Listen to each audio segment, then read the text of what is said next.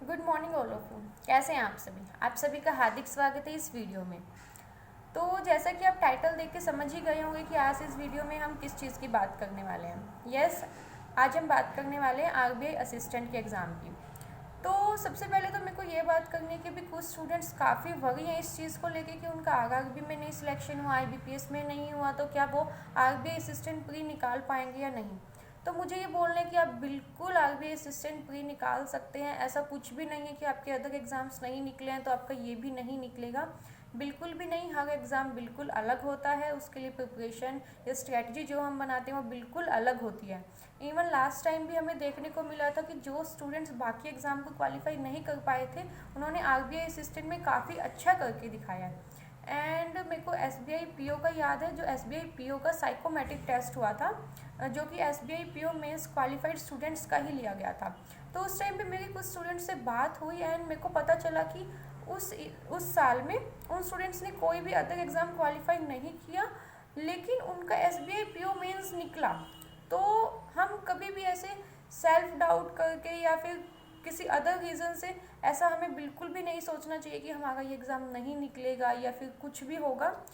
वो चीज़ बिल्कुल गलत है। आप बिल्कुल आरबीआई असिस्टेंट का जो एग्ज़ाम है वो बिल्कुल क्वालिफाई कर सकते हैं। ऐसा बिल्कुल मत सोचिएगा कि हमारा आरआरबी का प्री नहीं निकला या आईबीपीएस का नहीं हुआ, तो बिल्कुल गलत है वो चीज़। आप बिल्कुल आरबीआई का जो एग्ज़ाम है वो निकाल सकते हैं, क्योंकि आरबीआई असिस्टेंट का एग्ज़ाम बाकी एग्ज़ाम से काफ़ी अलग रहता है।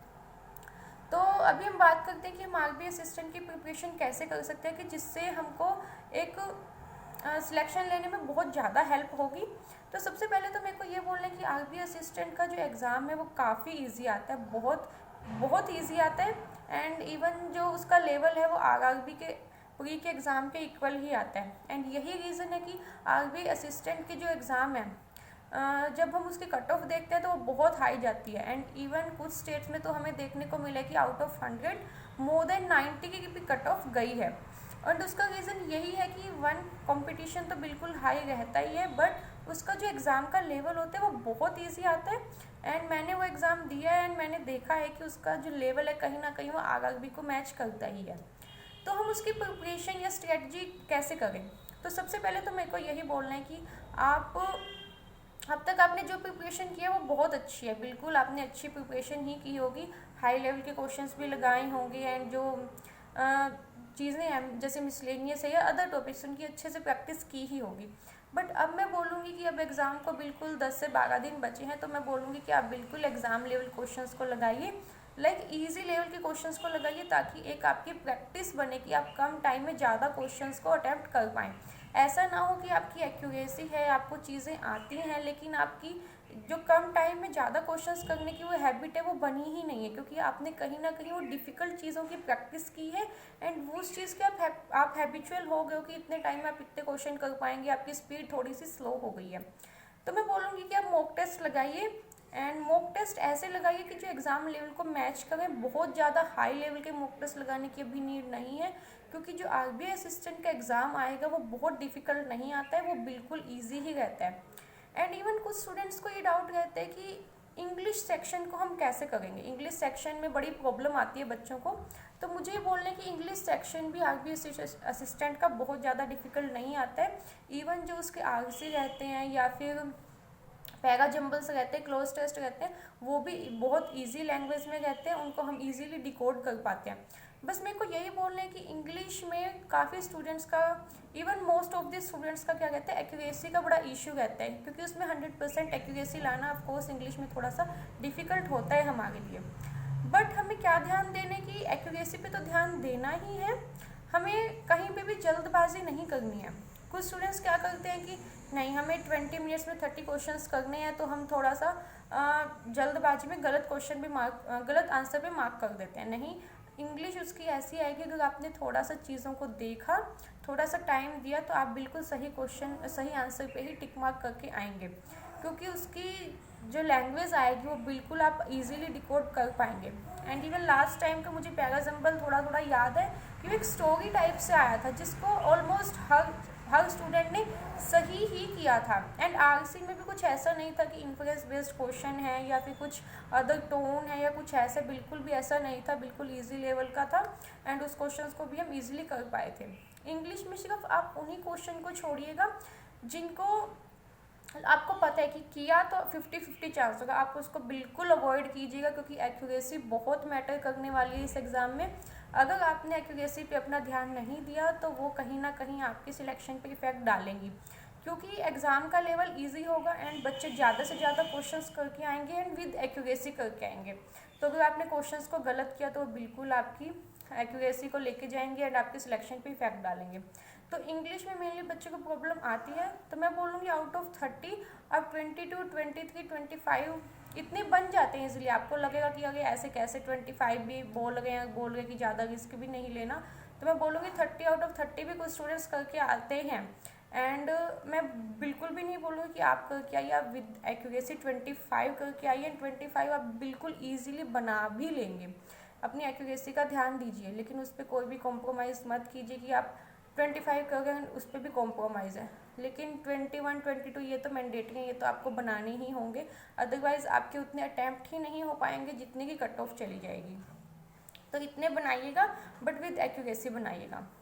एंड उसके बाद अगर हम बात करें क्वांट सेक्शन की, तो क्वांट सेक्शन में कुछ बच्चों ने मिसलेनियस को बिल्कुल अवॉइड कर दिया होगा, तो ऐसे मैं बोलूँगी बिल्कुल अवॉइड मत कीजिए, अभी भी आपके पास टाइम है, 10 से 12 दिन है, आप बेसिक्स ऑलमोस्ट कीजिए, क्योंकि वहाँ पे जो क्वेश्चन आपसे पूछे जाएंगे वो बिल्कुल बेसिक ही पूछे जाएंगे, बहुत ज़्यादा डीप में नहीं पूछे जाएंगे।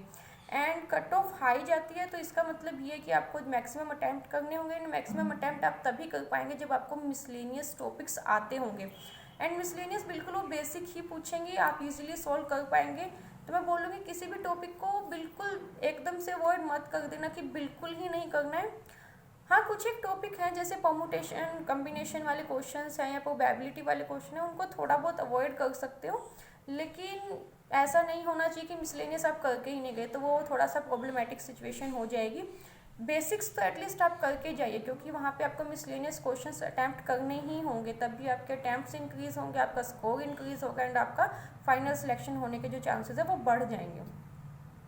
तो आपको इन चीज़ों का ध्यान रखना ही है। एंड मॉक तो ऑफकोर्स आप लगाएंगे तो आपकी एक हैबिट हो जाएगी इन विदिन 20 मिनट 35 क्वेश्चंस को एटलीस्ट अचीव करने की। 35 नहीं तो एटलीस्ट मोर देन 30 क्वेश्चंस तो आपको बिल्कुल अटैम्प्ट करने ही होंगे क्वांट में।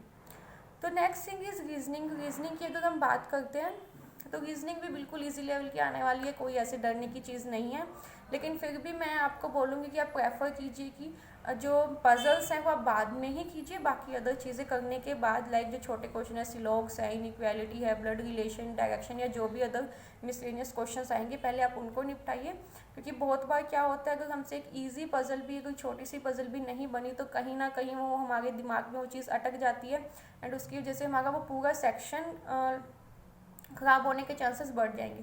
तो आप पज़ल को बाद में कीजिए एंड कहीं पे भी अटकते हैं आप पज़ल में, एक बार बनाइए ठीक है, पैनिक मत होइए, दूसरी बार आप नए दोबारा से बनाइए, उसी पज़ल में प्रैक्टिस मत देखिएगा मत कि मैंने कहाँ गलती की कैसे की, उसको भूल जाइए, नेक्स्ट पेज लीजिए एंड उस पर दोबारा से बनाइए, क्योंकि वो हम दोबारा चेक करते हैं तो उस गलती को पकड़ पाना थोड़ा सा हमारे लिए मुश्किल हो जाता है।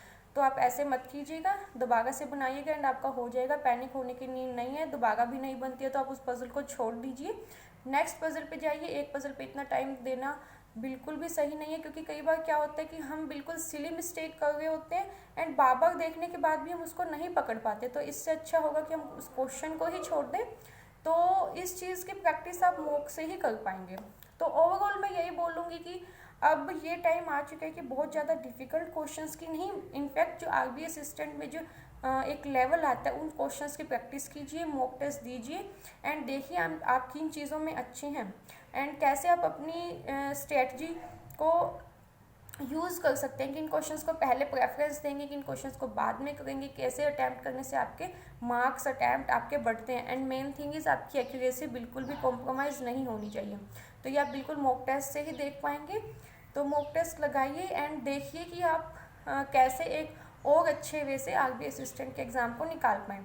एंड ये चीज़ तो बिल्कुल भी आप मत सोचिएगा कि मेरा कोई अदर एग्ज़ाम नहीं निकला इस साल तो मेरा आरबीआई असिस्टेंट भी नहीं निकलेगा, ऐसा बिल्कुल भी नहीं है। ऐसे बहुत से स्टूडेंट हैं जिन्होंने अदर एग्ज़ाम नहीं निकाले एंड उनका आरबीआई में सिलेक्शन हुआ, क्योंकि हर एग्ज़ाम बिल्कुल अलग होता है, हर एग्ज़ाम को करने का तरीका अलग होता है। तो आप बिल्कुल आरबीआई असिस्टेंट कर सकते हैं, एकदम फोकस्ड होकर अपनी स्टडी कीजिएगा। And all the best for your exam. आपका एग्ज़ाम बहुत अच्छा जाने वाला है। And thank you for watching the video. Thank you so much.